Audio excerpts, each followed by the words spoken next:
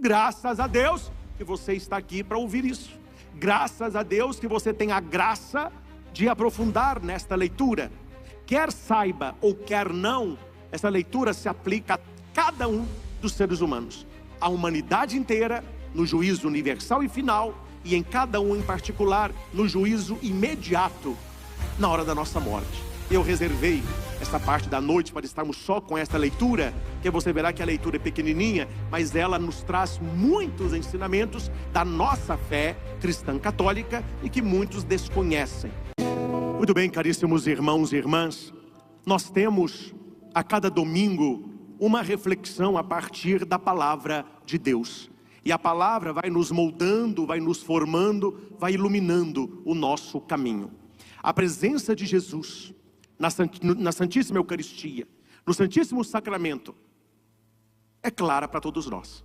Quando o padre ergue o ostensório e traça a cruz, os fiéis se ajoelham, fazem o sinal da cruz. Ali está Jesus vivo e ressuscitado, presente no pão eucarístico. Este livro que fica sobre o altar, é que o padre lê o Evangelho e o livro volta para o altar, é o Evangeliário. Ali estão os evangelhos de todas as missas dos 3 anos litúrgicos. E qual é o evangelho? Que vem da palavra euangelion, que é boa notícia ou boa nova, é Jesus. Então Jesus está presente no pão eucarístico, mas Jesus está presente no pão da palavra. Por isso se incensa a Eucaristia, por isso se incensa a palavra. Por isso o pão tem uma mesa só dela, que é o altar. E a palavra tem uma mesa só dela, que é o ambão. Assim como nós fazemos o sinal da cruz, quando recebemos a bênção do Santíssimo, quando o padre acaba de ler o Evangelho, ergue o Evangeliário e ele traça a cruz, se faz também a cruz, recebendo a bênção. Jesus no pão, Jesus na palavra. Na nossa primeira missa da manhã, e você que está participando desta pregação pelo YouTube, é a pregação anterior a essa, onde nós aprofundamos o mistério do reino de Deus, a questão da semente da mostarda, a questão do cetro do Líbano e aquilo que provém daí. Então, quem está nessa missa, e você que está assistindo essa pregação, seja que dia for, que horário você estiver aí, a minha sugestão, que você participe desta pregação, que bom tê-lo conosco, mas que você também assista a pregação anterior a essa, que é da mesma missa. Porém, nós trabalhamos na parte da manhã o Evangelho, que tem conexão com a primeira leitura. E na missa da noite, nós vamos trabalhar de maneira mais profunda a segunda leitura, que é da carta de São Paulo aos Coríntios, capítulo 5, versículos 6 ao 10.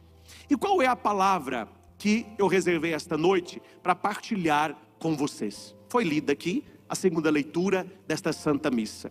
Só para clarear a nossa mente, eu vou ler novamente a leitura e faço a pregação em cima dela. Segunda carta de São Paulo aos Coríntios 5, 6 ao 10. É a segunda leitura do 11º domingo do tempo comum do ano B. Irmãos, estamos sempre cheios de confiança e bem lembrados de que enquanto moramos no corpo, somos peregrinos longe do Senhor, pois caminhamos na fé e não na visão clara. Caminhamos na fé e não na visão clara. Vamos repetir isso? Caminhamos na fé e não... Mas estamos cheios de confiança e preferimos deixar a moradia do nosso corpo para ir morar junto com o Senhor. Por isso também nos empenhamos em ser agradáveis a Ele, quer estejamos no corpo, quer já tenhamos deixado esta morada. Aliás, todos nós temos de comparecer às claras perante o tribunal de Cristo, para cada um receber a devida recompensa, prêmio ou castigo, do que tiver feito ao longo da sua vida corporal. Palavra do Senhor. Graças a Deus, graças a Deus, graças a Deus que você está aqui para ouvir isso. Graças a Deus que você tem a graça de aprofundar nesta leitura. Quer saiba ou quer não, essa leitura se aplica a cada um dos seres humanos, a humanidade inteira, no juízo universal e final, e em cada um em particular, no juízo imediato, na hora da nossa morte. Eu reservei essa parte da noite para estarmos só com esta leitura, que você verá que a leitura é pequenininha, mas ela nos traz muitos ensinamentos da nossa fé cristã católica e que muitos desconhecem. E no mundão que nós estamos vivendo, nesse corre-corre, vão levando uma fé superficial. Então é preciso aprofundar na palavra de Deus.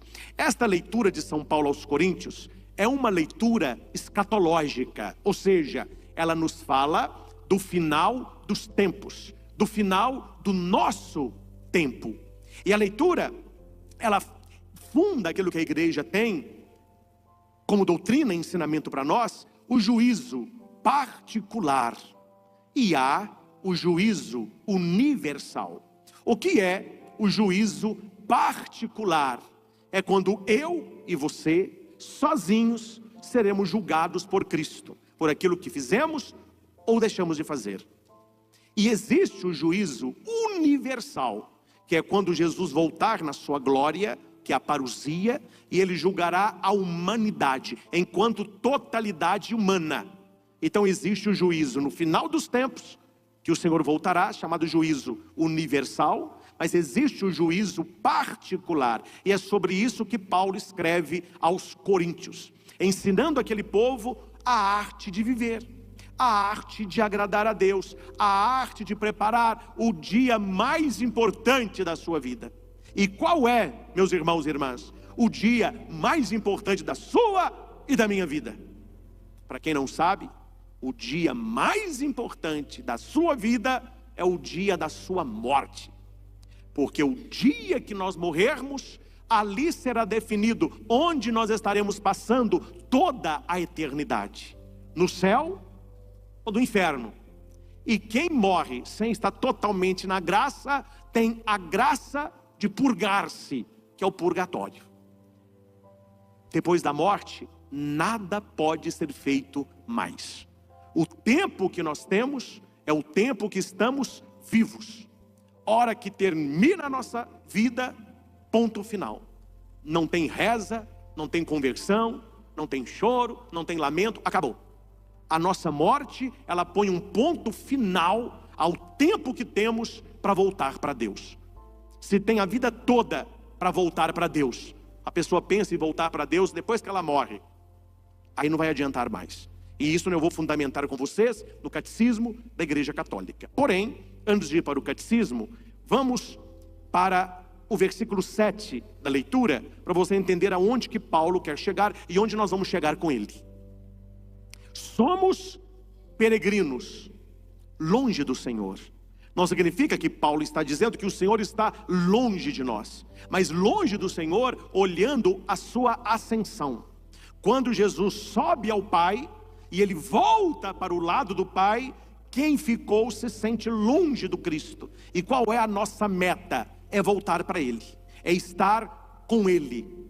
Tanto é que o coração da missa, quando você pergunta às pessoas, qual é a parte mais importante da missa? Qual é o coração da missa? Tem uns que escapam, né? Não, toda a missa é importante. Tem uns escapadinhos. Outros vão dizer, é a consagração. É quando o padre ergue a hóstia, o cálice consagrado. Não, é a palavra, é a pregação. Não, é o momento da comunhão. E raramente as pessoas acertam. Qual é o coração da missa? E é por isso que a missa tem esse nome. Missa é a doxologia final da oração eucarística. O que é isso? Quando o padre ergue o cálice, a hóstia e diz, por Cristo, com Cristo, em Cristo, ali acontece a missa. Ali é o coração da Eucaristia. Tanto é que a palavra missa é o particípio passado em latim do verbo mittere, que deu missat, significa em português enviada.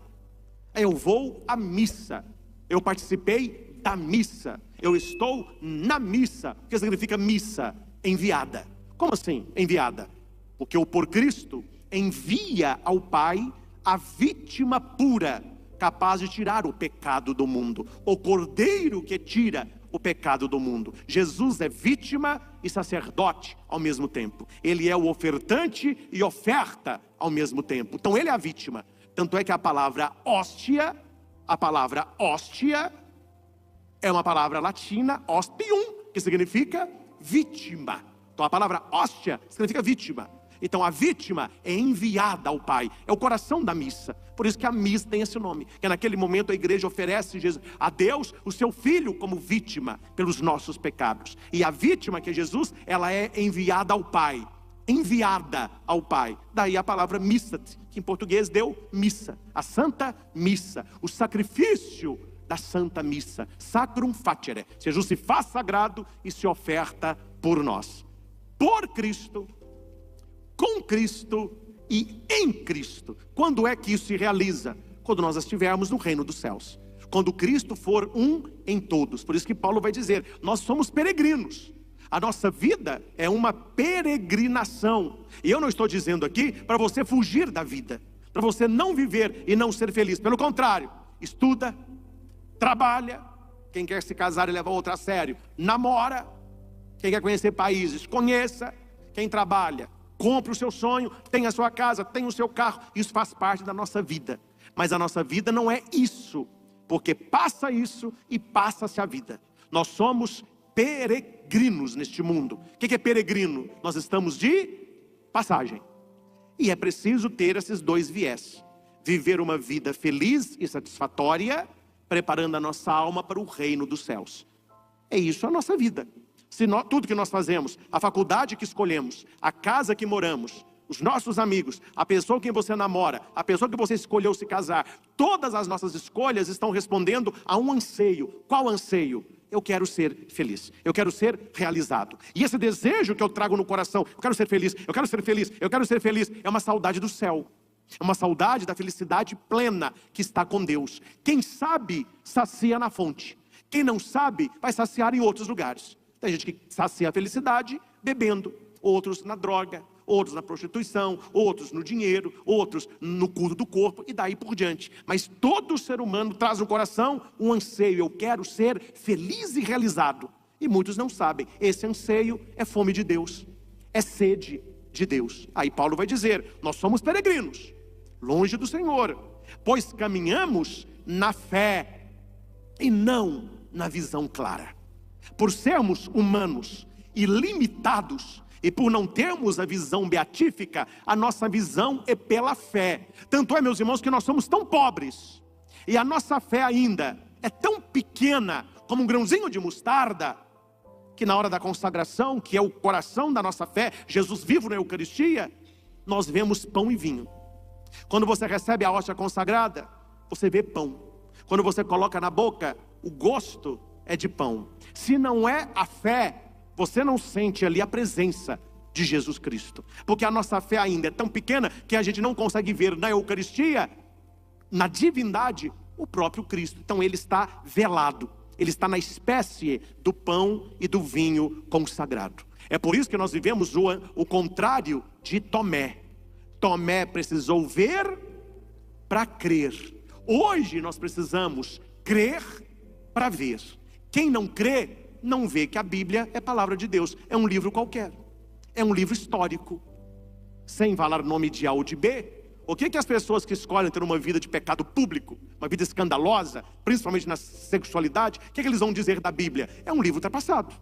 É um livro medieval. É um livro que não fala mais nada para hoje. É um livro que já era. Por que o discurso é esse? Porque eles olham para a Bíblia como um livro de Chapeuzinho Vermelho. Não vou dizer o nome do artista, mas teve um artista, um comediante, até querido por muitos, fez um filme de chacota com Jesus Cristo, colocando Jesus Cristo, né, na roda da chacota e da blasfêmia. E quando ele foi entrevistado, ele falou, não, eu não creio em Jesus Cristo. Para mim a Bíblia é igual um livro do Chapeuzinho Vermelho. Tanto faz eu ler Chapeuzinho Vermelho. A Bíblia, para mim, a história é a mesma. O que falta nele? Para dar respeito. Não, falta fé. Porque se não tem fé, não vê. E por que ele não vê que a Bíblia é a palavra de Deus? Porque não tem fé. Quem não crê, não vê. Quem não crê, não verá que a Eucaristia é presença real. É um pãozinho bento, é muito bonito, e a missa, tudo organizado, os ritos, que maravilha. Mas ela não está vendo nada ali. Ela só vê um pão, porque não tem fé. Quem não tem fé, recebe uma bênção. Para ela tanto faz. O padre fazia assim, como o professor de matemática fazia assim, é tudo mais. Tem diferença uma da outra. Porque quem não tem fé, não vê. Paulo está falando isso. Nós caminhamos na fé e não na visão clara. Porque quem tem fé, verá. É a bênção de Deus. É a palavra de Deus. É Jesus na Eucaristia. Mas isso é para quem tem fé. Porque Paulo vai dizer, quem não tem fé, além de não ter uma visão clara, caminha na escuridão. Porque se Tomé precisou ver para crer, nós precisamos crer para ver. E se você não vê, é porque não crê. Dito isso, Paulo vai dizer mais uma colocação importante, que é a segunda das 3 desta missa. A segunda: nos empenhamos em ser agradáveis a Ele. Qual deve ser a nossa ocupação na nossa espiritualidade? Você que vai à igreja, você que reza, você que está aqui, você que está me acompanhando, qual deve ser a nossa ocupação na área espiritual? Agradar a Deus. Que a tua vontade, Senhor, se faça na minha vida, e que a minha vida seja conforme a tua vontade. Isso é que se chama temor a Deus. Temor a Deus. E não preciso dar exemplo nenhum. Você convive com muitas pessoas que são até pessoas boas, mas elas não têm temor a Deus. Você conhece uma lista de meia dúzia ou mais. Elas não vivem no temor a Deus. Elas não levam uma vida para agradar a Deus. Elas querem se agradar. Se dá agradando a ela, tudo vale. E quando eu falo tudo, é tudo mesmo. Onde falta o temor a Deus, entra a idolatria do eu, do ego. Egolatria. É o que as pessoas estão vivendo hoje, que é um pecado mortal. As pessoas não adoram a Deus, adoram a si mesmas. E as pessoas criaram Deus à sua imagem e semelhança. Inverteu. Se Deus no Gênesis cria o homem à sua imagem e semelhança, o homem de hoje cria Deus à sua imagem e semelhança. Aí entramos na terceira e a parte principal. Qual é o Deus que a humanidade criou? Um Deus que é bobo. Note que as pessoas falam de Deus, é um Deus bobão, um Deus bobo. Um Deus que aprova todo tipo de amor. E olha o que eles falam que amor é hoje. Olha o que virou o amor. O diabo entrou, estragou tudo, e as pessoas continuam insistindo que é amor. Mas não é um amor de Deus, mas é amor. E um Deus que não condena, porque Deus é amor. O que vale é o amor. Aí Paulo vem, no versículo 10, é um versículo só, mostrar para as pessoas o que os lá que moravam em Coríntios esqueceram, e o que muitos hoje também esqueceram. Por que nós devemos ser pessoas de fé? Primeiro ponto, e viver agradando a Deus. Aí Paulo responde, preste atenção na leitura. Todos nós, ninguém escapa, todos nós temos de comparecer às claras perante o tribunal de Cristo, para cada um juízo particular, cada um receber a devida recompensa, prêmio ou castigo, do que tiver feito ao longo da sua vida corporal. Paulo está mostrando aqui a segunda faceta de Deus. Deus tem duas colunas principais. O que Deus é? Qual a essência de Deus? São duas. Deus é bom e Deus é justo.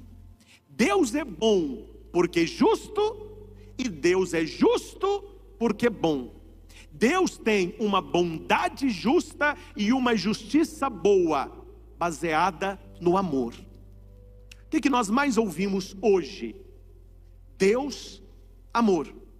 E as pessoas estão apagando um Deus, justiça. Ninguém quer a justiça de Deus. Ninguém quer a conversão de Deus. Ninguém quer a mudança de vida em Deus. Ninguém quer abandonar o pecado. Por quê? Porque Deus é amor. Deus é amor. Se está amando, vale a pena. O que Paulo traz? Vocês estão esquecendo de que Deus é amor, mas que Deus é justiça, e de que Jesus é juiz, e que no juízo final, Jesus volta. Ele volta para quê?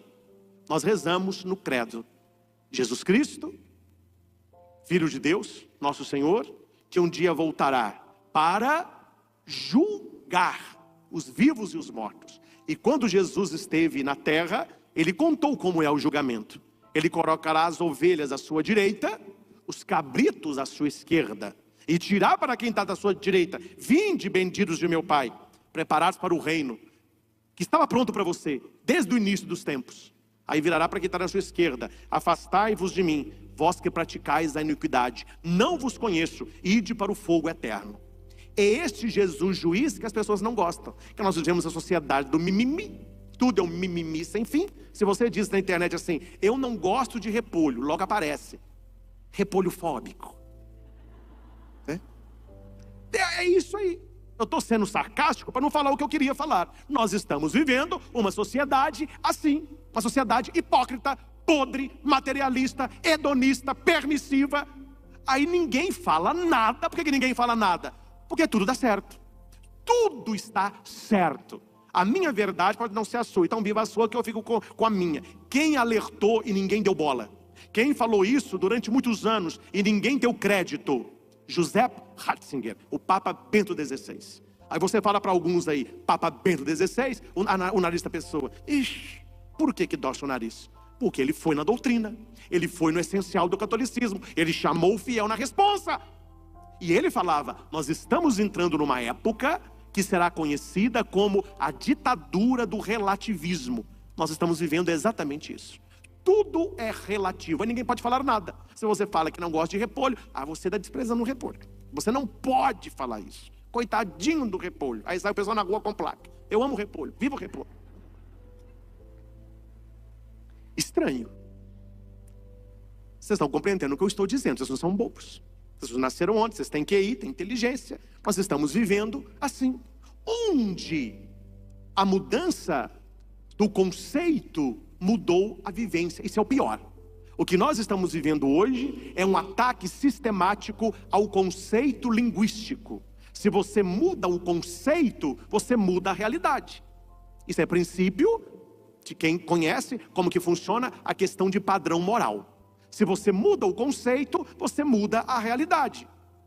Vou dar um exemplo entre 1000. Um exemplo só. Até poucas décadas atrás, vamos pegar uma década, 2 décadas, década de 80, 90, você não precisava concordar com ninguém, mas você tinha que respeitar todo mundo. Eu fui criado assim. Você tem que respeitar as pessoas, tem que respeitar os mendigos, tem que respeitar quem tem opção diferente da sua, tem que respeitar quem não pensa como você. Nós fomos criados assim. Quem nasceu aqui na década de 70, 80, nós somos criados com respeito profundo ao pai, à mãe, aos avós, aos mais idosos, aos outros. Hoje, eles mudaram o conceito. Respeitar hoje não significa mais respeitar. Respeitar hoje significa concordar. Se eu posso respeitar você, mas eu não concordo. E se você hoje diz com a pessoa, eu não concordo, ele vai te pôr no grupo dos fóbicos. Então você tem isso, fobia. Porque você tem que concordar. Não, eu te respeito, mas eu não concordo. É porque você tem fobia. Você tem que ser combatido, você tem que ser destruído. Então hoje já não há mais o respeito. Hoje existe você tem que concordar. Você é obrigado a concordar. E eles vão socando isso goela abaixo. Queira você ou não, a televisão está vomitando isso como se fosse uma normalidade. Dia e noite. E tem que engolir. Tem que concordar. Daqui a pouco. Aí é bom a gente já ter morrido, né? Porque além de concordar, você vai ter que aplaudir e praticar. Não basta concordar, você tem que fazer também. Não basta respeitar, não. Tem só quem é inocente que não vê isso. Tanto é que eu tenho atendido adolescentes muito jovens, pré-adolescentes, que não têm nem a cabeça formada ainda, totalmente perdidos na área da família, na área da sexualidade, na área da educação, porque eles estão não sendo ensinados a respeitar, mas a concordar e praticar. E eles estão perdidos, porque eles não sabem o que fazem. Os pais estão perdidos, professores perdidos, uma sociedade toda perdida. Por quê? Porque não se tem a base daquilo que nós deveríamos ter. Nós estamos de passagem. As pessoas acham que não vão morrer. As pessoas acham que elas não prestarão contas do que elas fazem neste mundo. Eu não acredito nisso que o padre está falando. Eu não acredito no juízo particular. Eu não acredito no inferno. Aí eu lembro do meu professor de dogmática. Nós precisamos acreditar em Deus. No diabo você não precisa acreditar. Quando você menos acreditar, melhor para ele. Então a gente tem que acreditar em Deus. O diabo, eu não acredito, não muda. A nossa descrença, ela não apaga o fogo do inferno. A nossa descrença, ela não afasta o diabo de você. A nossa descrença, ela não te abre a porta do céu. Pelo contrário. E o que eles estão tentando e fizeram? Não há condenação. não há juízo particular, o que vale é ser feliz, vai que é tua. Quando você morrer, todos os caminhos levam ao céu. Antes levavam a Roma, agora todos os caminhos levam ao céu. E Paulo vem dizer, olha, abram os olhos, fica esperto, porque não é assim que a coisa funciona. Todos nós temos que comparecer às claras perante o tribunal de Cristo. E por que eu me coloco perante o tribunal de Cristo? Para que Ele me dê o veredicto. Quando você se coloca perante um tribunal, perante um juiz, e o juiz entra, ele vai ler o quê? O veredicto. Ali não tem o que fazer mais não. O veredicto já está pronto. E há pessoas que não acreditam que elas irão prestar conta a Deus pelo que estão fazendo. E como que eu sei que elas não acreditam? Porque se elas acreditassem, o nosso mundo era melhor. Se elas acreditassem, não haveria tanta coisa horrorosa que nós vemos nos noticiários. E o que passa no noticiário não é 1% do que acontece por dia no Brasil, quiçá no mundo. Então a pessoa que ela não tem esse horizonte de fé, esse horizonte de vida eterna, esse horizonte de eu vou ter que apresentar para Deus a minha vida pessoal, Deus vai pedir contas da minha vida, você vive diferente. Você certamente será uma pessoa diferente. Quando não se acredita nisso, então não há razões para viver agradando a Deus. Aqui, meus caros, deixa eu pontuar para você 3 ensinamentos que Paulo quer passar para os coríntios e para nós esta noite. Primeiro, todos serão julgados e não apenas alguns. Todos serão julgados. Quem tem fé, quem não tem fé, quem vai à igreja, quem não vai, quem crê, quem não crê, todos serão julgados. Segundo, cada pessoa receberá um julgamento, uma sentença. Não tem apelação.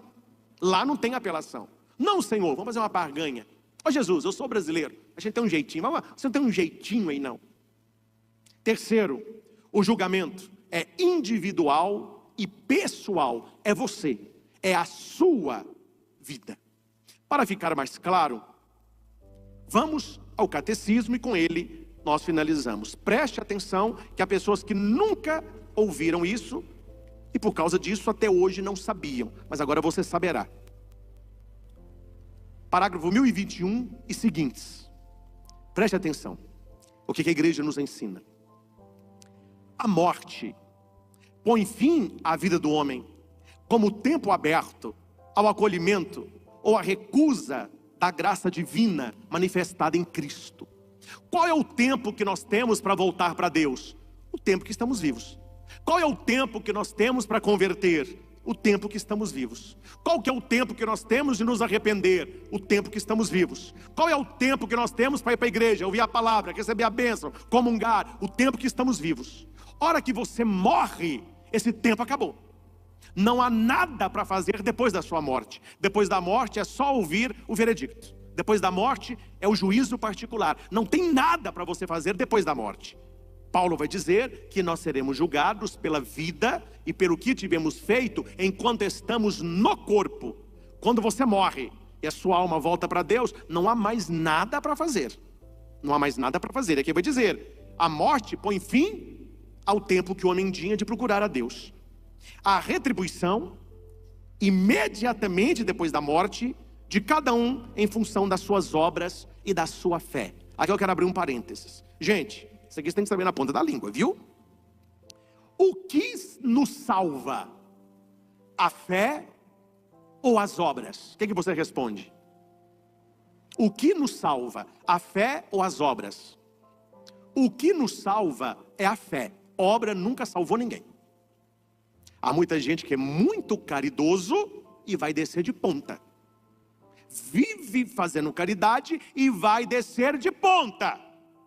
Porque eu estou citando a palavra de Jesus, não é eu não, é o que Jesus disse. Quem crê com o coração e professa com a boca que Jesus Cristo é o Senhor, será salvo. Ponto final. O que me salva é a fé em Jesus Cristo. Não são as obras que me salvam, é a fé que me salva. Mas Tiago vai dizer, mostra-me a tua fé sem obra, e eu vou te mostrar a minha fé pelas minhas obras. Então uma fé sem obra é uma fé morta.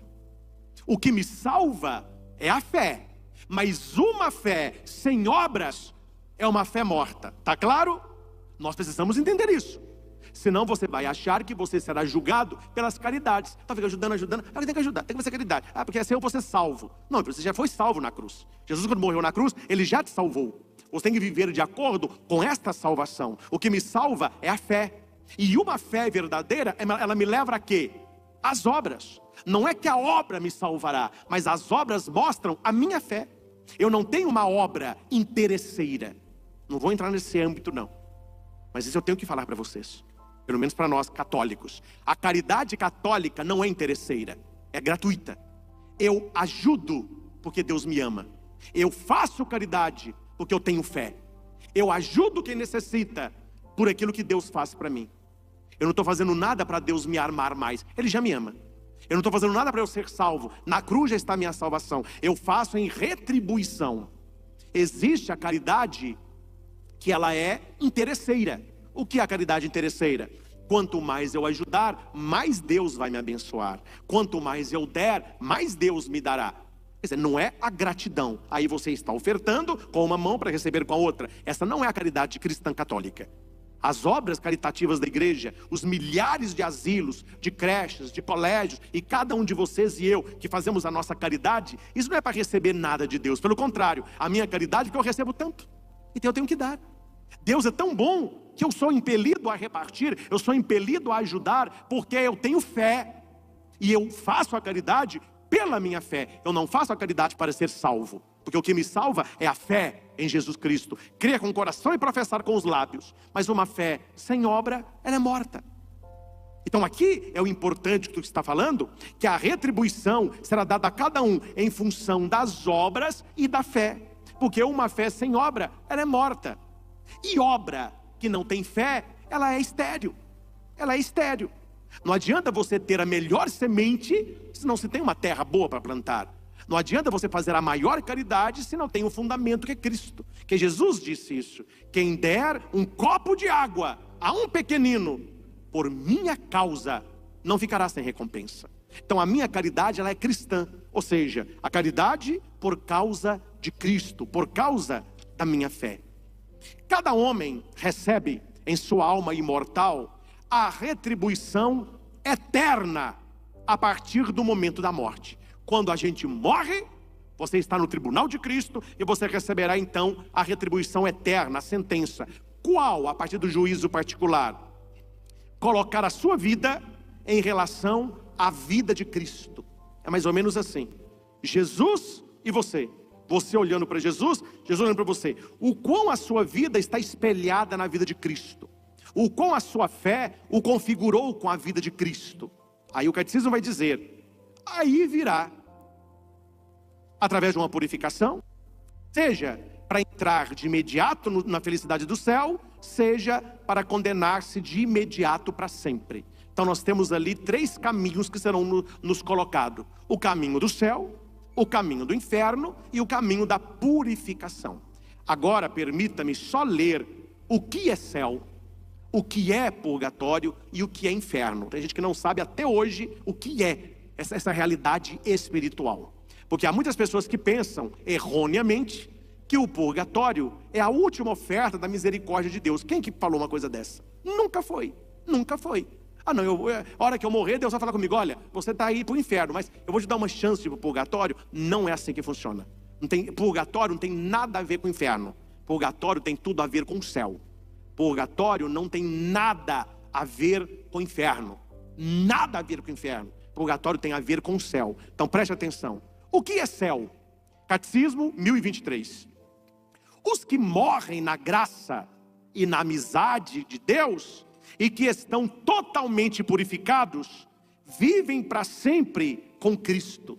O céu é o fim último e a realização mais profunda do coração do homem, o estado de felicidade suprema e definitiva. Olha o catecismo no parágrafo 10, 25. Viver no céu é viver em Cristo. Então isso é o céu, é a felicidade plena, é a realização das nossas maiores aspirações. O que é o purgatório? Parágrafo 10, 30. Os que morrem na graça e na amizade com Deus mas não estão completamente puros. Eu vou abrir um parênteses, né? A maioria de nós vamos ter que dar uma chamuscada no purgatório, né? Acho que subir direto tá difícil. Eu acho que pro inferno já não vai, não. Mas eu acho que nós vai dar. Que você está totalmente purificado é bem difícil, né? Você já ir para Deus puro, santo, é bem difícil. Mas aqui vai dizer: os que morrem na graça de Deus, os que morrem na amizade de Deus, mas não estão totalmente puros, embora tenham a garantia da salvação eterna, passam após a morte por uma purificação, a fim de obterem a santidade necessária para entrarem na alegria do céu. Então, qual é a diferença de quem está no purgatório e de quem está no céu? A diferença é o estado de pureza da alma. E qual é a semelhança de quem está no céu e de quem está no purgatório? Os dois vivem na graça e na amizade com Deus. Os dois. Uns totalmente purificados, outros ainda não. Viu que não tem nada a ver com o inferno isso aqui? Nada a ver. Para você ir para o purgatório, você tem que morrer na graça de Deus e você tem que ter amizade com Deus. Você pode não estar totalmente puro, então Deus oferece a misericórdia. E quem está totalmente puro é a graça do céu. E aqui, meus irmãos, permita-me abrir um parênteses rápido. É muito importante uma pessoa que esteja ruim e você vê que a pessoa, não sei se vai, né? Mas a gente nota que a pessoa está mais para lá do que para cá. É importante a última confissão. É importante a unção dos enfermos, porque a pessoa que confessa antes de morrer, ela recebe a unção, ela é perdoada. E uma pessoa que morre em estado de graça, com o viático, com a confissão e que é a unção dos enfermos, ela morre no profundo estado de graça, numa profunda amizade com Deus e pelo sacramento purificada. Por isso é muito importante a unção dos enfermos. E finalizo o que é o inferno. Vamos lá. Não podemos estar unidos a Deus se não fizermos livremente a opção de amá-lo. Deus não quer amor na obrigação. Tem que me amar. Não, amar a Deus é uma opção. Eu faço essa opção.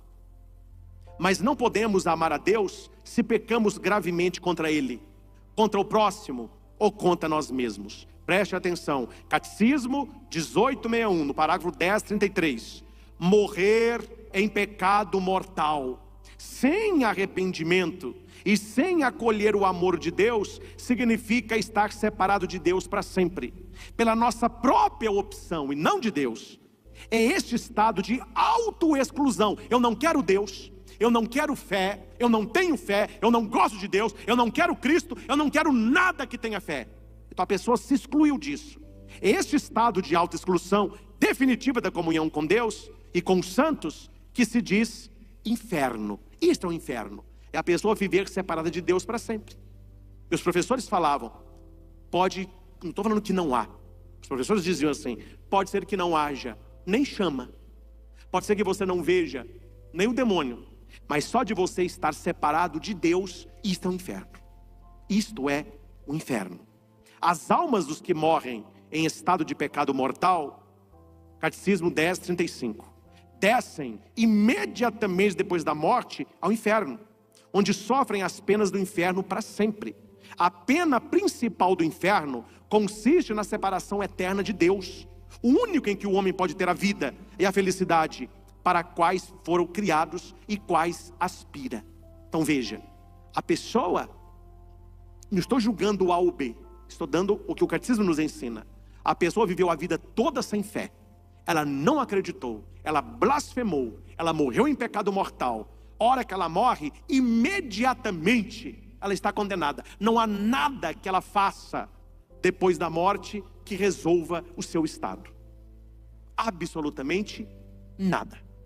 Quando nós rezamos sétimo dia, rezamos pelos falecidos, rezamos pelos familiares que morreram, supõe-se que essas pessoas tinham fé, que essas pessoas acreditavam em Jesus. Pode ser que elas não morreram no estado de graça, mas elas não morreram no estado de desgraça. Pelo contrário, elas fizeram a opção por Cristo, frequentaram a igreja, liam a palavra, eram tementes a Deus. Nós podemos não ser perfeitos. Então note, meus irmãos, vocês estão me entendendo? E pelo catecismo eu posso falar isso. Pelo catecismo eu posso falar isso. Vocês estão entendendo que pelo catecismo é mais fácil o caminho do céu do que o caminho do inferno? Se você entende o catecismo, se você faz opção por Deus, se você tenta ser amigo de Deus, se você vive na graça de Deus, apesar dos nossos pecados, é muito mais fácil essa pessoa alcançar a misericórdia e pelo purgatório alcançar o céu, do que aquele que exclui a Deus conscientemente. Quer dizer, nós que estamos no caminho, nós estamos no caminho de onde? No caminho do céu ou no caminho do inferno? Caminho do céu, gente. Eu falei, pelo amor de Deus, uma pessoa está na igreja, comunga, lê a palavra, tenta ser uma pessoa boa. Tem que rezar, porque depois que eu morrer, eu não sei para onde que eu vou. Mas peraí, mas que vida que você está levando? Qual é a dupla? Por que você não sabe para onde vai? Por que você está aprontando que nós não estamos sabendo? Não é verdade? Porque numa normalidade, a gente pecar, todo mundo peca. Eu sou o primeiro pecador entre vocês. Nós pecamos mesmo. O que nós não somos é ímpios. O que nós não somos é descrentes. O que nós não somos é pessoas que falam blasfêmias. Isso não. Então nós estamos no caminho de Deus. Nós queremos ter amizade com Deus, viver na graça de Deus. Por isso nós estamos na igreja, procurando a graça sacramental. Então nós não estamos no caminho do inferno, nós estamos no caminho de Deus. Porque o catecismo diz que quem está no caminho do inferno é quem morre em pecado mortal, sem arrependimento, e excluiu Deus da vida. A pessoa diz, eu não quero Deus. Como alguns dizem, eu adoro Satã, eu sirvo ao príncipe das trevas. Ai meu filho, você não tem nem o que falar. Já fizeram a opção deles. E não adianta uma fé labial, se não é uma fé de coração. Eu creio em Jesus, mas é só na boca. A vida está distante dele. Um pecado mortal atrás do outro. Aí também não haverá salvação. Parágrafo 10:36. A igreja nos ensina acerca do inferno, não para termos medo do inferno, mas temos desejo do céu. Não atrição, mas contrição. Isso que é muito importante. Muito importante. A pessoa tem que procurar Deus por contrição. O que é contrição? Arrependimento. Eu tenho que rezar porque eu estou com medo do inferno. Eu tenho que ir à missa. Estou com medo de ver o diabo. Misericórdia. Nossa, eu tenho que confessar. Medo de ir para o inferno. Misericórdia. Isso não é contrição. Isso a igreja chama de atrição. É válido. É como a paixão. Mas a contrição é o amor. A paixão é o início do amor. Infeliz quem vive na paixão. A paixão tem que virar amor. Amor é escolha, opção, é raiz. Paixão é momentânea. Então a atrição ela serve, para alguns serve. Porque ali mexe no coração e por causa do inferno a pessoa procura Deus. Mas ela é chamada a ter uma vida de conversão, de contrição e não de atrição. Isso que o catecismo fala. É uma chamada responsabilidade que o homem deve usar a sua liberdade. Faça o que quiser da sua liberdade, mas assuma as consequências. Um apelo insistente à conversão. Último parágrafo, 10:37. Preste atenção nesse, porque muita gente conversa com você coisas de igreja, que as pessoas não veem a igreja. Então você sabe agora respondê-las. Parágrafo 10:37. Deus não condena ninguém ao inferno. Para isso, é preciso uma aversão voluntária a Deus, um pecado mortal, e persistir nele até o fim. Vocês lembram da minha pregação sobre o pecado contra o Espírito Santo? É a pregação de hoje, em outros moldes. Qual que é o pecado contra o Espírito Santo? Eu não quero Deus, eu não quero me converter, eu não quero misericórdia, eu não quero viver em Deus. Então essa pessoa está condenada, é um pecado que não tem perdão, ela não quer se converter. Então note, meus irmãos, que Paulo nos traz nesta leitura ensinamentos preciosos para a nossa vida, porque definem onde nós iremos passar a nossa eternidade. A nossa eternidade. Então procuremos viver dois ensinamentos básicos do catecismo: amizade com Deus e viver debaixo da graça de Deus. Pecado venial, você vai vencendo no ato de contrição, se emendando a cada dia. Agora, meus irmãos, quando o pecado mortal bate ao nosso coração, numa outra oportunidade eu posso explicar quais são os pecados mortais e as consequências. Mas eu falo como padre, comigo ou com outro padre da sua confiança. Não conserve no seu coração pecado mortal sem arrependimento. Ninguém sabe a última hora. E segundo a leitura de hoje, ai de quem morre com pecado mortal. Está com pecado mortal, procure um padre padre, eu preciso me confessar. É rapidinho, é só para falar com o senhor uma coisa: eu não quero esse pecado na minha vida. E faça a sua confissão. Uma confissão bem feita, ela é rápida. Quando você vê que alguém ajoelha no pé do padre e não sai, está contando caso ali, está enchendo linguiça, né? E o padre olhando para a pessoa não desconfia. A confissão bem feita, ela é bem objetiva. Ela é apenas a acusação do pecado, a demonstração do arrependimento, receber o perdão e cumprir a penitência. Isso é a confissão. Isso é a confissão. Uma confissão muito bonita que eu atendo nos mutirões da quaresma. Não é que eu não vou entrar nisso não, só para você entender. A pessoa chega e diz assim, ó: eu chego, qual é o seu nome? Fulano. Quanto tempo você não se confessa? Tanto tempo. Tá bom. Deus, com você do Espírito Santo, para fazer uma boa e santa confissão. Quando eu faço o sinal da cruz e eu falo confissão, ali é segredo para a morte. Se o padre conta qualquer pecado que ele ouviu na confissão, ele perde o uso de ordens na hora. Um padre que conta o pecado de um fiel, ele está impedido de celebrar a missa, não pode ter confissão. O bispo vai pedir para ele dar um tempo. É inviolável. Padre, não há pecado que possa contar? Não. Nenhum pecado, nenhum pecado. E aqui eu vou te dar um exemplo, para você ver a seriedade.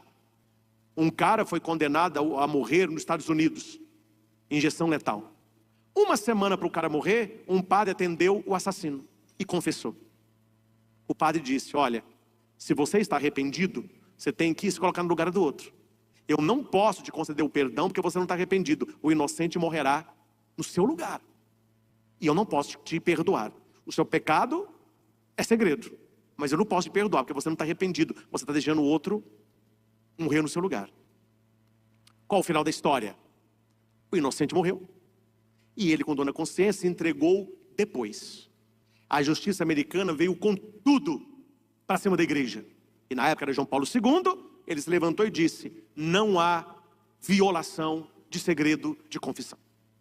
O fiel católico, ele tem que ter a plena confiança que ele fale com o padre o que for, que ele não será denunciado, nem na justiça, nem na família, nem na igreja. Eu posso atender um homem agora: padre, eu estou pecando de adultério, eu estou traindo a minha mulher. Está arrependido, meu filho? Largou a mulher, como que está? Depois dele vem a esposa. Eu atendo como se eu não soubesse de nada. Não posso julgar indireta, não posso perguntar nada, nem posso induzi-la. Porque a confissão é um segredo impectore. Você confessou, está confessado. A igreja não vai denunciar você. Então é importante, quando você tiver necessidade, procurar um sacerdote. Eu já dei várias confissões, Pai, Filho e Espírito Santo. Quais são os seus pecados? Olha a confissão bonita. Olha, Padre Cristian, santo a gente não é, a gente peca mesmo. Graças a Deus, eu não tenho nenhum pecado mortal. Tenho procurado viver um caminho reto e bom.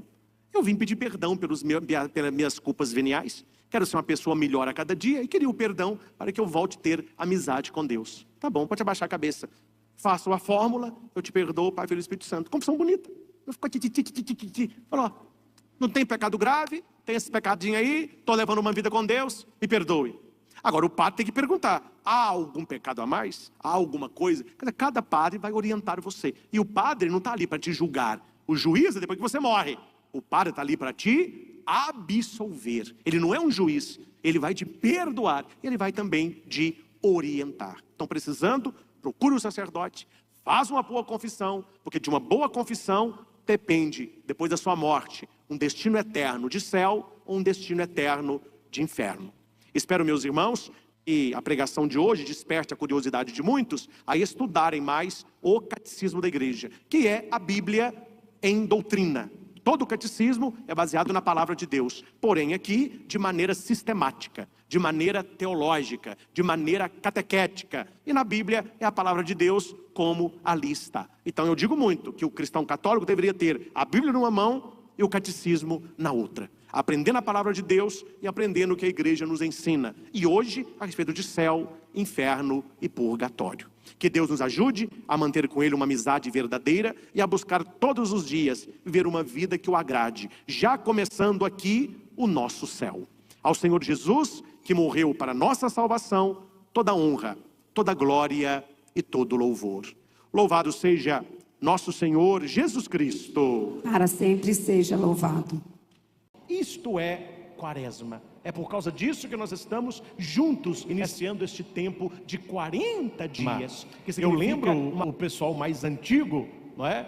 Que eles brincavam, principalmente em cidades bem interioranas aqui de Minas, que na quaresma o diabo estava solto. Aí eu perguntava quanto é que ele foi preso, né? Porque se o diabo está solto, a gente viu nos últimos dias a farra do próprio diabo. Então não é na quaresma essa preocupação que nós devemos ter. Na quaresma, a nossa ocupação é voltar ao Senhor o nosso coração, voltar ao Senhor a nossa vida, buscar uma vida verdadeiramente de conversão. Do grego metanoia, mudança de mentalidade, convertio, mudança de direção. Nós vamos escutar ainda na missa de hoje, na imposição das cinzas: convertei-vos e crede no Evangelho. Na verdade é a mesma coisa. O que será uma verdadeira conversão, se não crer no Evangelho?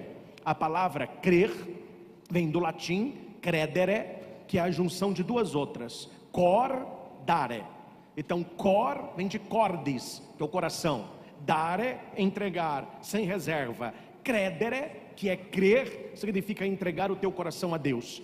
Ter a Deus como o principal na tua vida, o único na tua vida. Amarás o Senhor teu Deus de todo o teu coração, de toda a tua inteligência, com toda a tua força.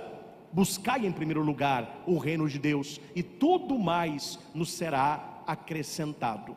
Não sei se as pessoas concordam, mas isso não é dogma e nem é visão de todos. Isto é a minha visão. Tenho lido muita coisa, tenho visto muita coisa e tenho analisado muita coisa. E eu cheguei numa conclusão. Assista um filme Titanic. Agora parece que eles fizeram lá, né? Ele está novo de novo. Assista o filme Titanic. Eu estou vendo o nosso mundo como o Titanic afundando. Não tem mais o que fazer. Já era, meu filho. A humanidade não tem mais solução. A humanidade não tem mais salvação.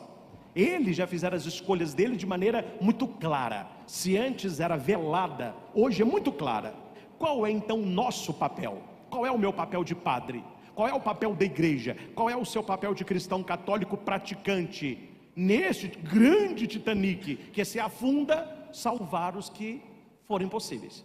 Porque a maioria da humanidade já não está mais temente a Deus. Se você conversa com adolescentes, com jovens, principalmente os que mudaram de casa, a maioria que já está na faculdade, se você conversa com amigos lá do seu trabalho, colegas da bola, você verá que uma grande parcela já não tem religião mais. E se você ver o que nós vimos nesses últimos dias, e não apenas no carnaval. O carnaval, as pessoas afloram aquilo que elas fazem o ano inteiro. Carnaval porque condensa tudo em poucos dias, são dias sem lei, o ser humano fica totalmente perdido, então ele tem o máximo de prazer no mínimo espaço de tempo. Aí você vê repetidamente apelo às coisas das trevas. Sempre no carnaval tem o culto ao diabo, sempre tem fantasias, carros alegóricos, letras. Isso vem se repetindo tempos em tempos. Se nós conversamos hoje com a maioria da população, talvez não em Divinópolis, que é uma cidade interiorana, é uma cidade grande, mas que mantém aquele gostinho do interior de Minas ainda. Mas se você pega grandes capitais, se você pega São Paulo, Rio de Janeiro, a maioria da população já não vai à igreja. A maioria das pessoas já não crê mais. Quer dizer, o paganismo, o ateísmo, a apostasia nunca esteve tão forte no nosso meio. E é palavra de Jesus e são palavras do próprio catecismo da igreja. Jesus, ele disse, olhando para Jerusalém: será que quando o Filho do Homem voltar, ele encontrará fé sobre a terra? Olha a dúvida de Jesus. Será que quando eu voltar à terra, eu encontrarei fé? Porque a fé, ela está ficando rarefeita. Eu tenho visto com muita preocupação, e poucas pessoas falam disso, a questão muito forte no Brasil, de pouco tempo para cá, do sincretismo religioso. Ou seja, tudo é bom, tudo vale, tanto faz quem você adora, tanto faz a religião que você tem, tanto faz aonde você vai, é tudo a mesma coisa. E uma sociedade sincrética é uma sociedade que está a um passo do ateísmo. Se tudo é Deus, nada é Deus. Se tudo leva a Deus, nada levará a Ele. E parece-me, se vocês olharem com esta visão, que tudo hoje é muito legal. Não vou dar exemplos aqui não, mas tudo hoje é muito legal. Só não é legal ser um cristão convicto. Só não é legal ser um católico convicto. Cristianismo não. O resto todo, legal. As pessoas gostam. Mas quando você vive o cristianismo, quando você vive a palavra do evangelho, quando você diz para este mundo que Jesus é o único caminho que leva ao Pai, porque Ele disse: ninguém vai ao Pai senão por mim, eu sou o caminho, a verdade, a vida. O mundo tem que entender que a igreja e nós que somos católicos temos verdades inegociáveis. A fé católica não é democrática. Nós não vamos sentar em torno de uma mesa para votar o que fica ou que sai no catecismo, o que coloca ou tira da Bíblia.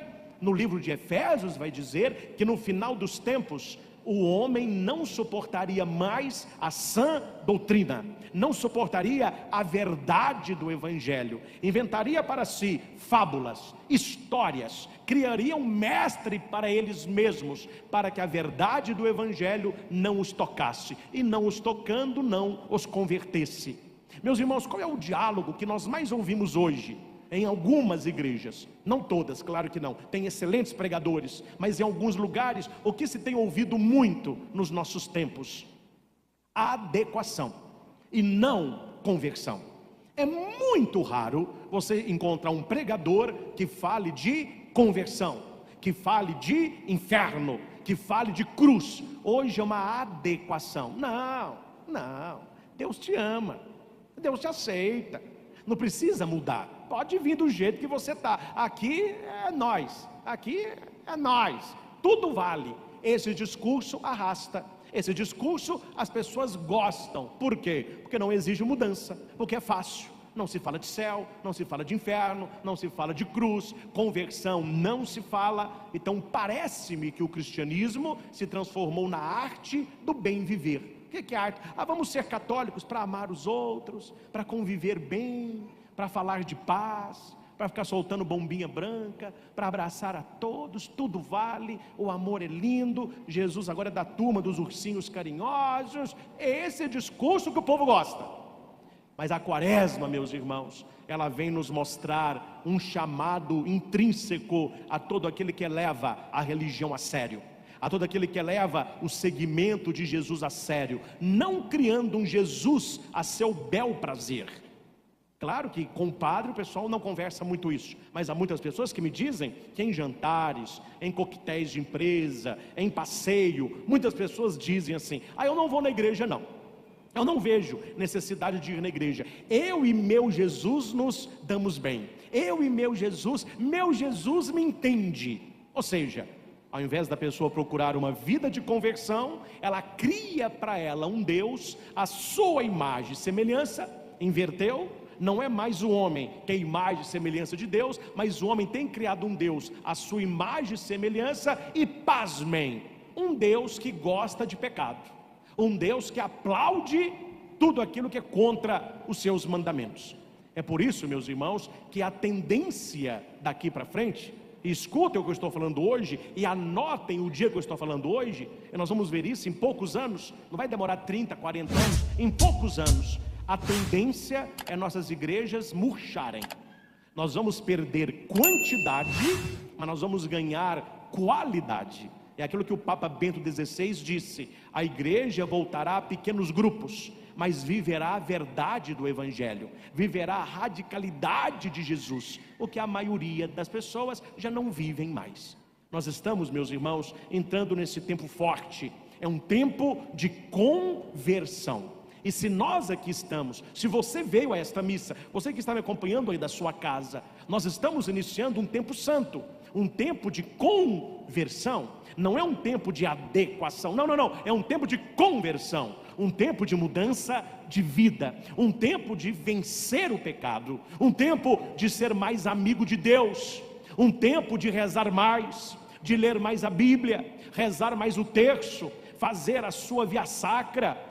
abrir mão de alguns prazeres, coisas pequenas, mas que mortificando o corpo, vão purificar o espírito, abrindo mão daquilo que a gente gosta neste tempo, para que Deus nos ajude a vencer a nossa carne, para que nós possamos crescer no espírito.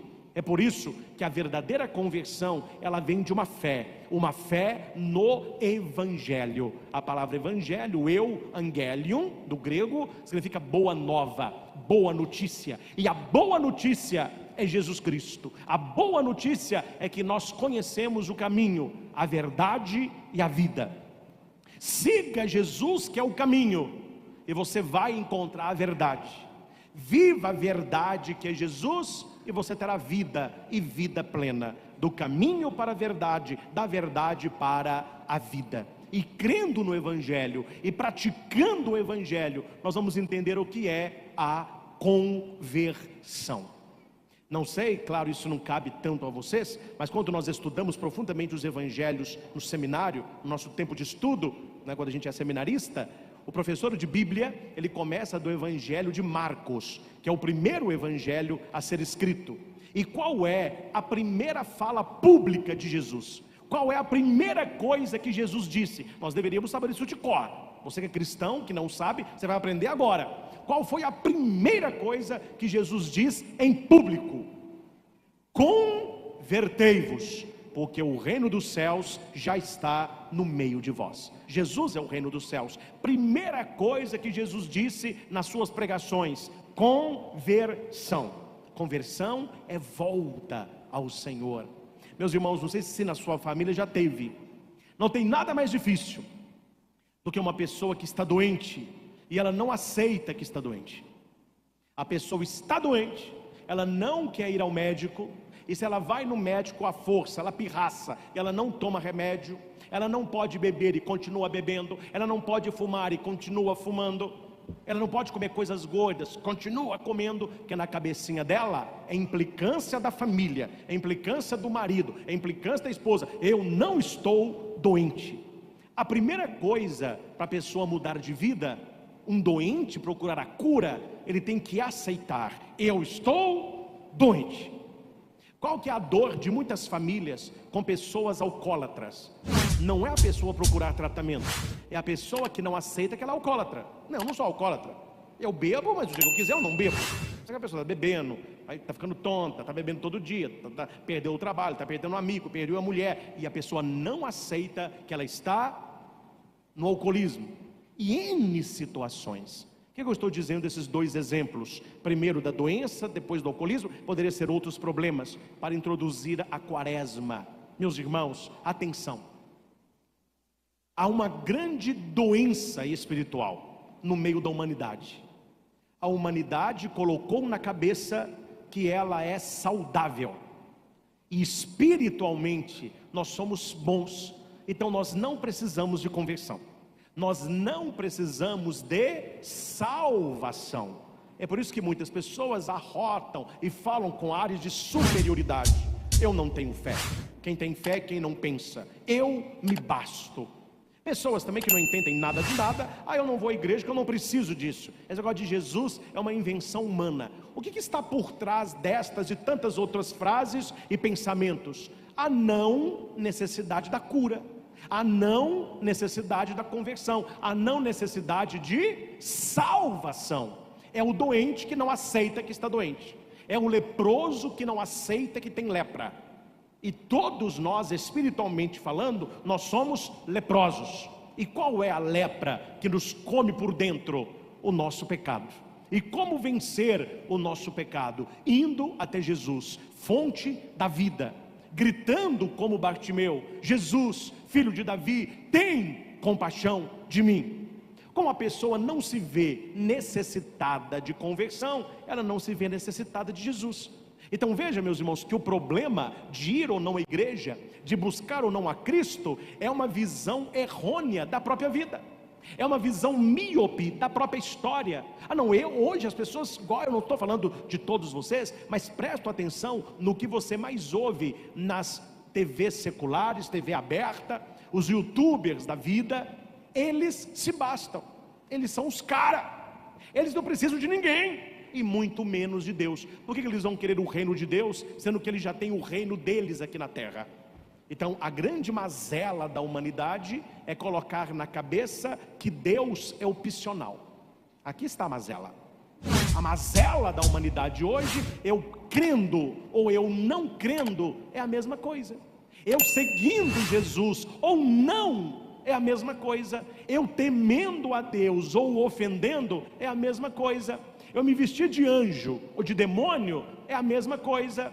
Eu passar um carnaval num retiro ou num carro alegórico de Satã, é a mesma coisa. Ninguém fale nada, cada um escolha a sua vida, cada um viva a sua verdade, e no final está tudo bem. Esta é a mazela que entrou na cabeça das pessoas. Tanto faz como tanto fez. Ah, você foi à missa? Ah, que bom, você gosta, né? Eu não vou não, eu não gosto. Parece que é iguala, parece que é a mesma coisa. Ah, eu rezo. Ah, eu não gosto de rezar. Parece que é a mesma coisa. E as pessoas estão colocando na cabeça que Deus, a própria religião e a própria conversão é algo opcional. Posso como não posso, quero como não quero, e no final termina tudo em pizza, em samba, e todo o caminho vai acabar no mesmo lugar. É por isso que eu estou explicando profundamente o assunto, que muitas pessoas boas, estou falando de gente ruim, até pessoas boas que você conhece, não veem necessidade de procurar a Cristo, de ir à igreja, porque na cabeça delas, elas são boas, elas não precisam de conversão, elas não precisam mudar, elas não estão doentes. Quem procura médico é o doente, amém ou não? A não ser que você é hipocondríaco, adora remédio e médico, mas uma pessoa normal procura um médico, está doente. E Jesus quem disse, não é eu que estou dizendo, eu não vim chamar os justos, eu vim chamar os pecadores. Eu não vim para os sãos, eu vim para os doentes. Se você olha para Jesus e diz, eu não tenho doença de pecado, eu não preciso de conversão, eu não preciso de Jesus Cristo. Mas nós que aqui estamos, nós temos esta noção, graças a Deus que a temos, que sem Deus nós caminhamos para o abismo. Sem Deus nós não somos felizes de verdade. Sem Deus nós somos um saco roto, ou seja, um saco furado. Você vai colocando e aquilo vai se perdendo pelo seu caminho. Deus é o sentido da nossa alegria. Deus é o nosso ontem, é o nosso hoje e será o nosso sempre. E há um ponto que é fundamental para nós que aqui estamos.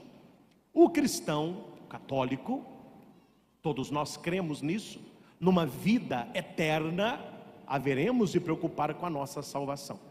Haveremos de preocupar com a salvação da nossa alma. Como Jesus disse, o que adianta um homem ganhar o mundo inteiro, se ele perder a sua alma? E há pessoas que estão ganhando o mundo todo, ou não estão? Pessoas muito famosas, pessoas badaladas. Quanto mais baixa, mais sucesso. Quanto mais imoral e pornográfico, mais acessos na net, pessoas estão ganhando troféu mundo afora, pessoas estão ganhando o mundo. Aí Jesus olha para estas pessoas e para nós e diz, o que adianta isso? O que adianta a pessoa ganhar o mundo todo, se ela perder a salvação? O que adianta a pessoa viver aqui embaixo 30, 80, 100 anos e trocar isso pela eternidade?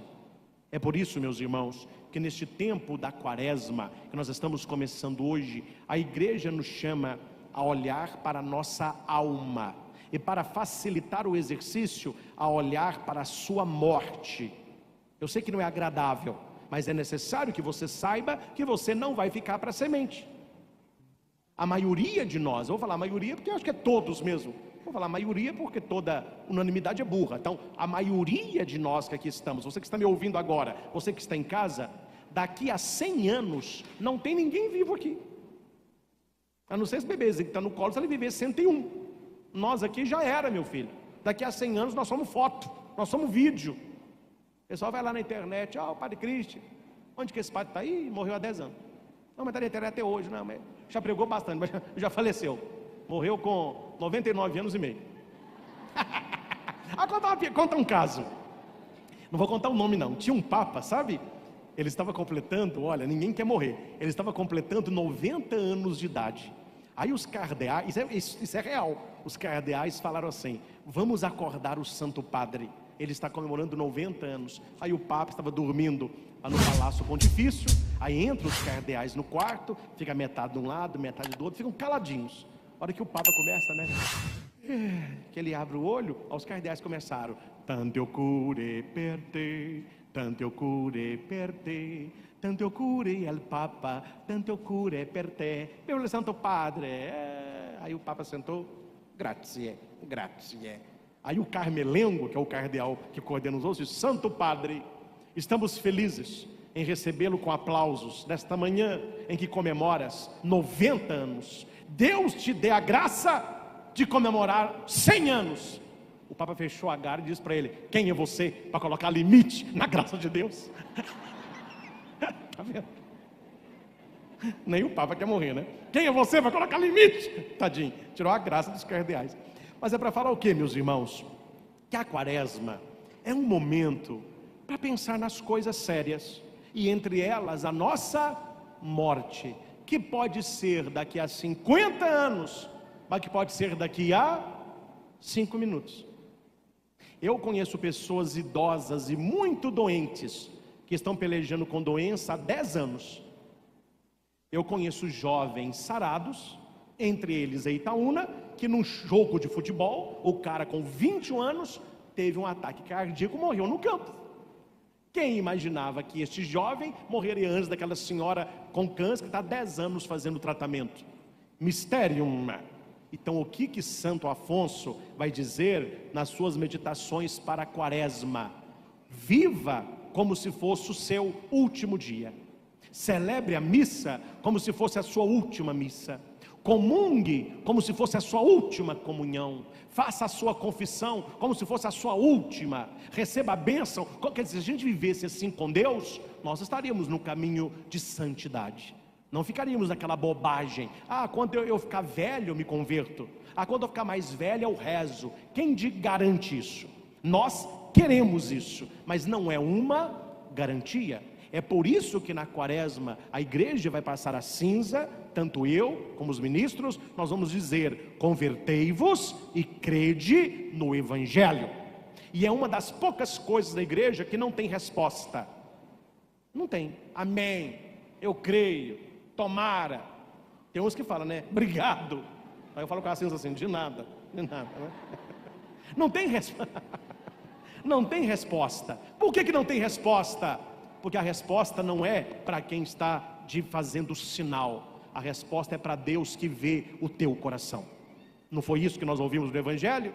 Dê esmola em segredo, reze em segredo, faça jejum em segredo, para que Deus que vê o segredo te recompense.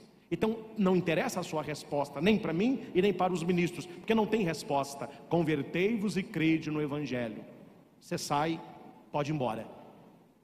Padre, mas qual é a resposta? Você vai dar a sua resposta a Deus durante a quaresma. Qual é a tua resposta à proposta de Jesus Cristo? Qual é a tua resposta ao convite? Convertei-vos e crede no Evangelho. E há uma segunda frase, que eu não adoto essa, mais na pregação, que é: lembra-te que tu és pó, e ao pó hás de voltar. Pode falar uma das duas. Eu pego a primeira porque ela é mais cristológica, a segunda é de Gênesis, mas é uma verdade. Nós estamos vivendo, a gente não pode ficar pensando muito isso não, mas a verdade é essa, viu? Nós estamos vivendo, cuidamos do corpo, comemos, etc. O dia que a gente morre, faz lá o velório, o pessoal arruma a gente lá na funerária mais ou menos. Aí depois tem o enterro, a gente fica lá uns tempos. Aí depois de alguns anos morre alguém da nossa família. Todo mundo já viu isso aqui, pelo menos deveria ter visto. Aí a nossa família tem um túmulo, e a família tem Itaúna, um túmulo. Vamos abrir o túmulo. Quando a minha vovó morreu, a vovó Alice, morreu antes dela a tia Amélia, que é minha tia-avó, que era irmã da Alice. Ela morreu alguns anos antes, de câncer no seio. Morreu, sepultou tia Amélia. Quando a minha vovó morreu, eu fui no cemitério ver lá o túmulo onde a minha vovó seria sepultada, e eu vi o coveiro abrindo o túmulo. Aí ele abriu onde a minha tia foi colocada. O que tinha lá? Tinha uns pedaços de madeira, deve ser do caixão, uns retais de pano, deve ser. Ele foi puxando aquilo e um pó preto. Ele só fez assim, ó, ele pôs para o lado, falou: pronto, agora é só colocar aqui, ó. Gente, a minha tia conviveu com a gente a vida toda, pó. Pó, um pedacinho de madeira, um pano lá, não sei se é dela, não sei de onde saiu esse pano. É isso que vai sobrar. Mas vai sobrar só isso para aquele que não tem fé. Porque aquilo que é da terra, volta à terra. Aquilo que é de Deus, volta para Deus. Repita isso aí. Aquilo que é da terra, aquilo que é de Deus, volta para Deus. É por isso que quando Deus faz Adão, Adão é um boneco morto. Um boneco de terra, é pó. Pó com água é barro. Aí Deus sopra nas narinas de Adão. A Bíblia diz que ele ficou um ser vivente.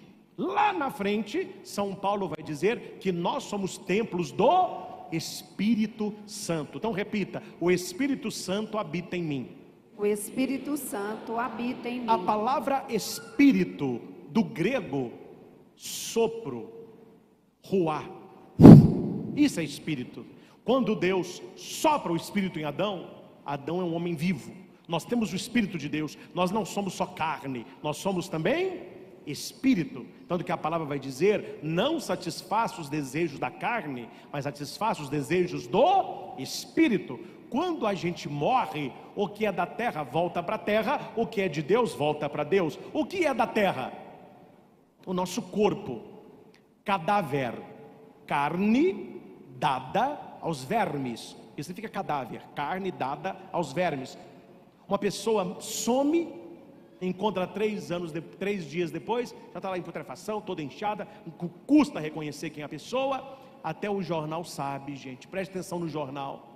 Vamos supor que sumiu a letra Z, para não falar o nome de ninguém. O dia que acha, ninguém fala: encontramos o Z. Não, eles falam o quê? Encontramos, é isso, o corpo. Por que eles falam o corpo? Porque a pessoa não está mais ali. É um corpo morto. O que é da terra voltará para a terra. Mas onde a pessoa está? Onde está o espírito da pessoa? Foi para Deus. Acontece o juízo particular. Se a gente, qual é o nosso destino eterno? Então a morte, ela só é o fim para aqueles que não têm fé, para aqueles que são materialistas, hedonistas, que acham que a vida é só isso aqui. Meu filho, se a vida é só isso aqui, então vamos comer, vamos beber, vamos pecar, vamos fazer o que está na nossa cabeça, vamos ficar pelado, dando polichinelo, vamos lá, eu puxo a roda. Mas se a nossa vida é só aqui embaixo, o que é que vale? Dinheiro, conforto, comida, poder, quanto mais poder melhor para pisar nos outros, dinheiro para fazer o que eu quero. Aí quando eu morrer, no último momento eu vou olhar e falar: a morte é o fim de tudo, mas eu vivi bem, viu? Eu gozei nessa vida, eu aproveitei, viu? Se é assim, só que Jesus vai dizer que não é assim, que quando morre-se neste mundo, começa o mundo eterno, o mundo espiritual. E se nós estamos aqui, é porque nós cremos na vida eterna, e nós queremos vida eterna e não condenação eterna. E a coisa é tão séria para prepararmos nesta conversão, que a igreja nos dá 40 dias. Quantos dias é a quaresma? Que dia que começa a quaresma? Hoje. Que dia que termina a quaresma? Um de cada vez? Quinta-feira Santa. A quaresma, ela vai até a missa chamada de lava-pés. Quando começa a missa de lava-pés, acabou a quaresma. Começa o tríduo pascal. Oi, padre, mas se eu contar de hoje até a quinta-feira, são mais de 40 dias. Conforme vai dar 44, 45, é porque a quaresma não se conta domingo. O domingo, seja em que época for da igreja, celebra-se a ressurreição do Senhor. Então você vai contar 40 dias, tirando o domingo, vai estar 40. Mesmo que não desse 40 de número, o número 40 ele é simbólico. O que significa o número 40? Um tempo de mudança de vida, um tempo de surgir algo melhor, um tempo onde Deus vai começar a agir. Olha para o padre e aprende, isso é o mais bonito. O povo está na terra do Egito, escravo. E existe a terra onde corre leite e mel, a terra prometida. Agora me responda: o que separa a escravidão da liberdade?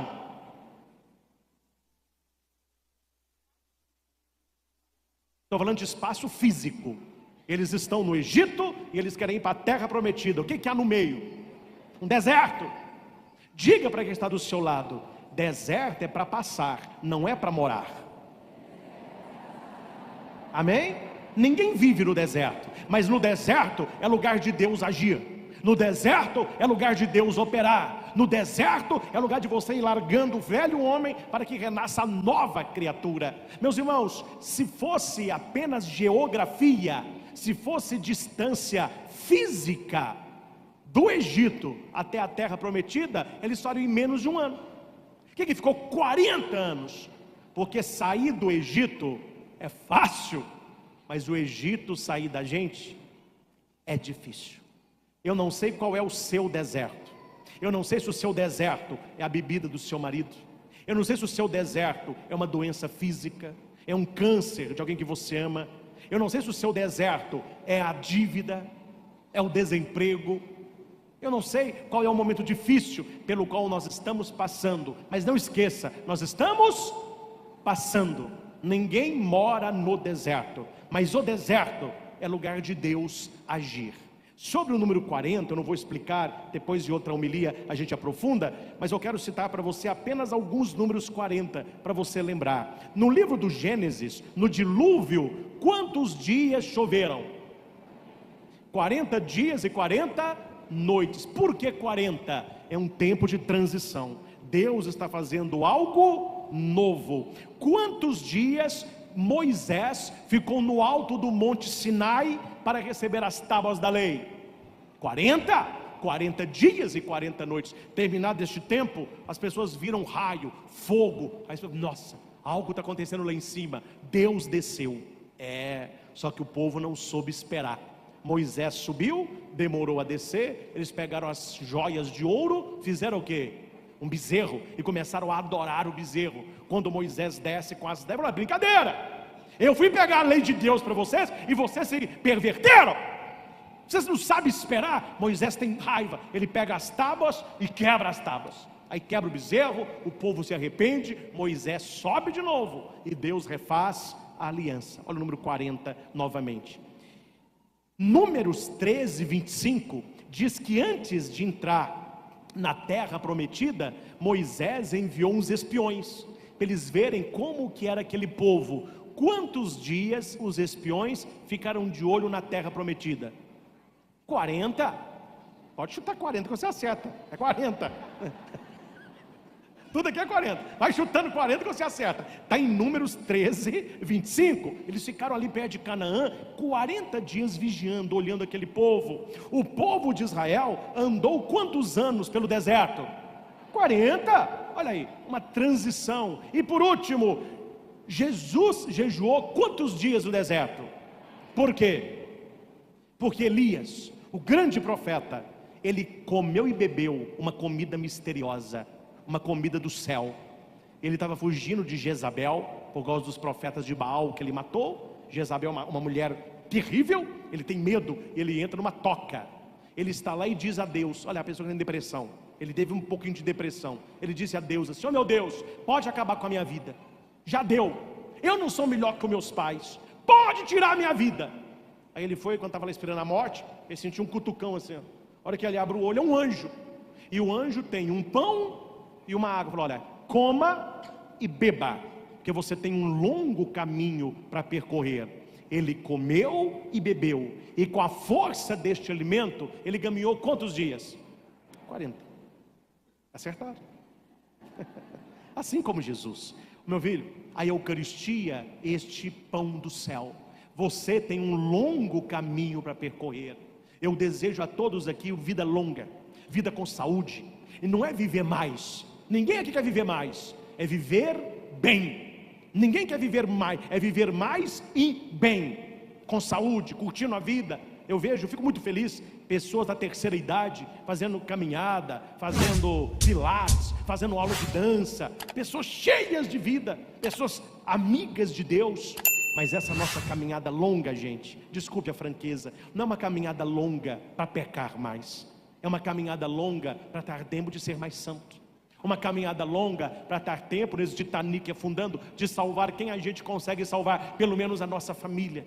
os nossos amigos mais próximos. Isto é quaresma. É por causa disso que nós estamos juntos, iniciando este tempo de 40 dias, que significa uma passagem de uma situação inferior para uma situação superior, de pecado para a santidade, de miséria para a fartura, das trevas para a luz.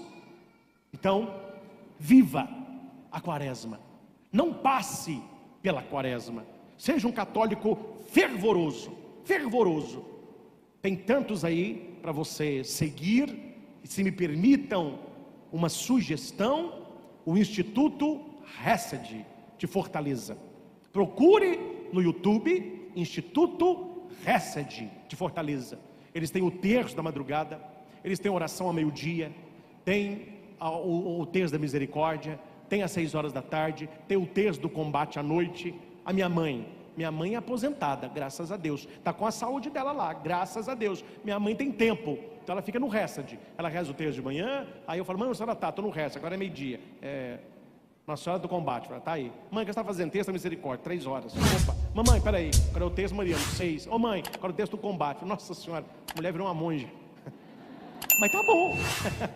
Minha mãe gosta mesmo. Tá rezando, tá acrescentando coisa na vida dela, não é? Tanto que Deus, claro, a irmã Kelly, que foi o convite, e estaremos com ela. Fiz questão de levar a minha mãe. Eu falei: olha, vocês estão convidando o padre, mas Jesus não vai sem Maria não, viu? Eu vou, mas eu vou levar minha mãe. Tá bom. Aí comprei passagem para minha mãe.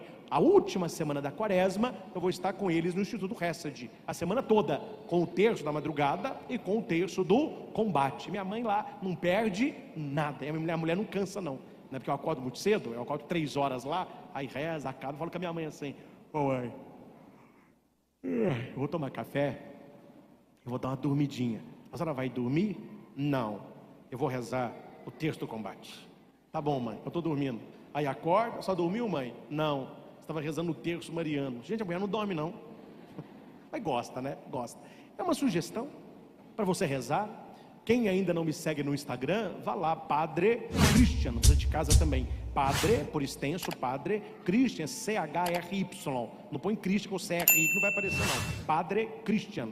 Eu vou, durante a quaresma, disponibilizar vários trechos pequenininhos de espiritualidade de Santo Afonso. Esse livro aqui, ó, Santo Afonso Maria de Ligório para a quaresma, meditações. Eu tenho um programa na Evangelizar que chama Meditação em Santo Afonso. Então, durante esses dias da quaresma, todos os dias, eu vou colocar um trechinho para você rezar, para você meditar. Eu coloco no final umas perguntas. Isso ajuda você a passar pela quaresma rezando.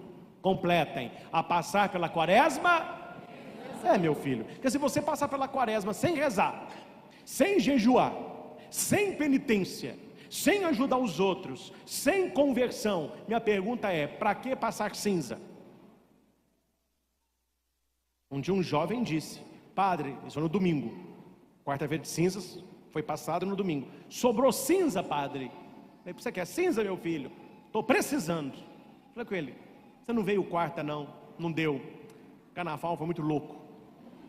Mas tá bom, louco mesmo. Você quer cinza para quê?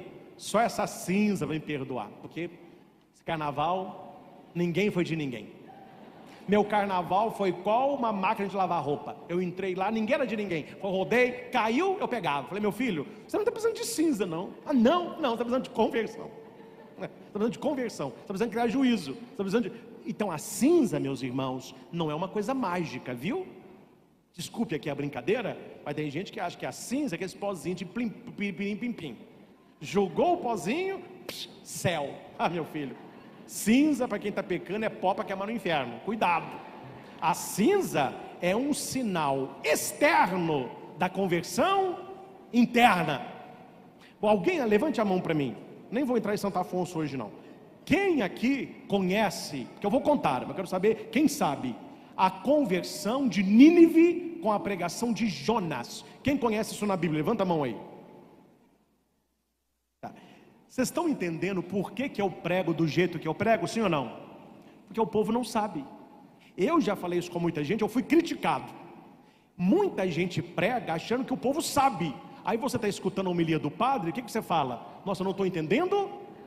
Então tem que explicar. De onde veio essa cinza que você vai receber na cabeça? Havia um profeta, um homem, vou contar rapidinho, é pequenininho, chamado Jonas.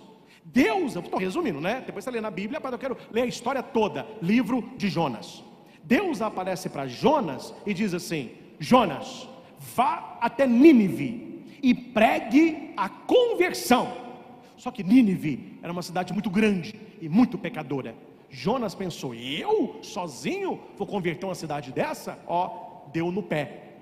Ele entrou num navio que estava indo para uma cidade do outro lado, chamada Tarsis. No meio do caminho veio um temporal, era a fúria de Deus, e a onda entrando no barco, e o povo gritando, e o capitão do barco disse assim: olha, cada um aqui tem um Deus, cada um ore para o seu Deus. Aí cada um começou a rezar para o seu Deus. A hora que ele entra no calabouço, Jonas está na rede dormindo. Jonas vai assim, baiano, dormindo em rede, confusão dessa. Aí o capitão diz assim: Jonas, o que você fez com o seu Deus? Por que o capitão, ele entende que o problema é Jonas? Porque todo mundo está rezando e Jonas está. Por que ele não reza? Porque ele está fugindo de Deus. Aí Jonas fala: não me julgue, não me julgue. Aí o capitão fala: então tá bom, eu vou pegar um tanto de varetinhas, um para cada pessoa que está no navio, e uma varetinha eu vou quebrar no meio. Quem tirar a varetinha quebrada é o culpado. Ele bate a varetinha na mesa e todo mundo vai tirando um. Vocês são espertos. A varetinha saiu para quem? Saiu para Jonas. Aí o capitão diz: você será lançado no mar. Aí Jonas: então me lança, minha vida já está a bodega mesmo. Aí ele foi pôr a espada lá, o cara cai no mar. A Bíblia diz que quando Jonas caiu no mar, veio uma bonança, passou toda a fúria. Eles viram que Jonas era a causa do problema.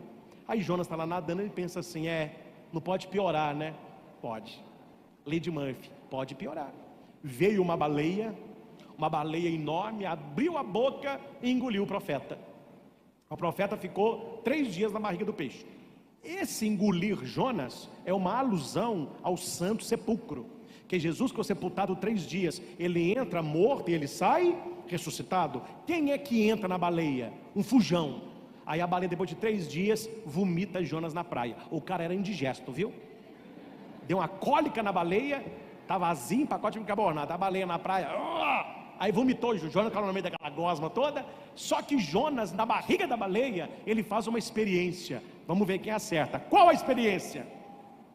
Começa com C, e tem tudo a ver com quaresma: conversão.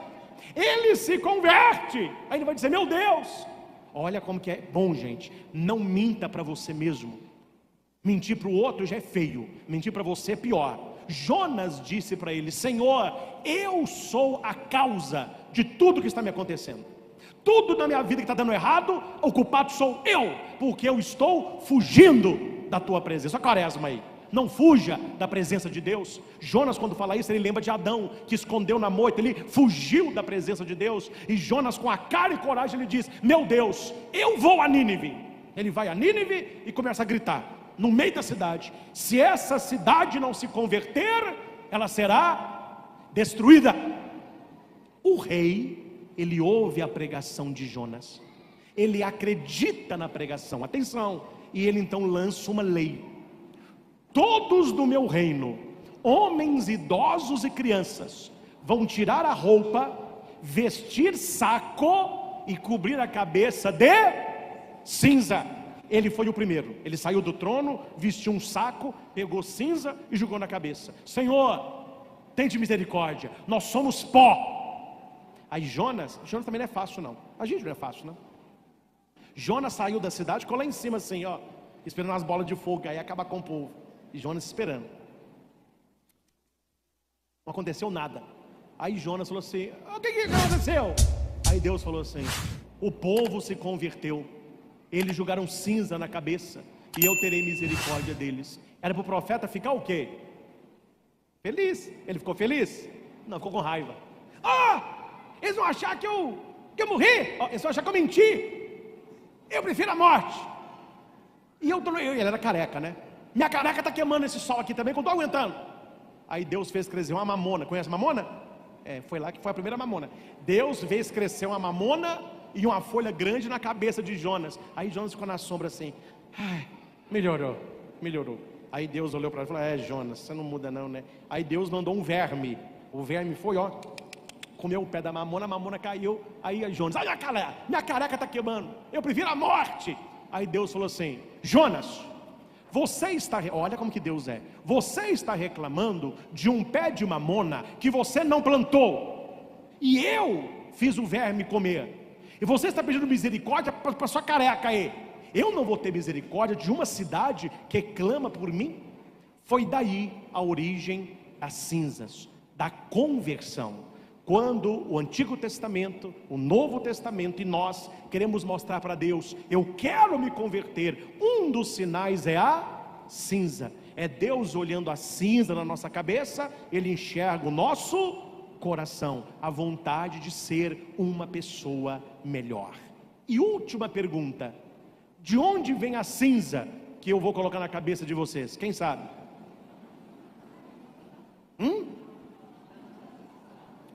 Do fogão de lenha da casa da avó do padre? Onde você tirou isso? Não. Quem sabe de onde vem a cinza? Quem não sabe? E quem não levantou a mão? Como que está o negócio aí? Não quer saber, né? Olha, as cinzas que você vai receber na cabeça são os ramos do domingo de Ramos da Semana Santa do ano passado. O nosso sacristão é o Daniel. Daniel acabou a missa, ele pegou os ramos, enrolou com arame e deixou secar. Ficou sequinho. Esta semana ele tirou os ramos, queimou. Depois ele peneirou e agora está a cinza que eu vou abençoar no fim da missa. Então essa cinza significa conversão, mudança de vida. E para provar que eu estou falando a verdade, até São Pedro concordou, não é verdade? Então, meus irmãos, que nós tenhamos uma boa e santa quaresma. Leve as coisas de Deus a sério. Você que veio celebrar conosco hoje, eu vou falar no final, você vai receber um cartãozinho para você colocar na sua... Isso aí o pessoal está entrando, que começou a chover. Você vai colocar na sua carteira as datas da missa da família. O dia que eu não estiver em Minas, haverá noite de louvor, adoração, alguma coisa haverá, não é? Então participe conosco. Alguns domingos da quaresma eu já tenho um compromisso fora, mas haverá missa aqui domingo à noite. Participe conosco. Viva uma quaresma com Deus. Viva uma quaresma santa. Busque o Senhor enquanto Ele se deixa encontrar. Deus viu a cinza na cabeça dos ninivitas e Deus teve misericórdia. Deus verá hoje a cinza na nossa cabeça e Ele haverá também de ter misericórdia de nós. Amém? Cuidemos da nossa alma numa boa e santa quaresma. Louvado seja nosso Senhor Jesus Cristo. Para sempre seja louvado.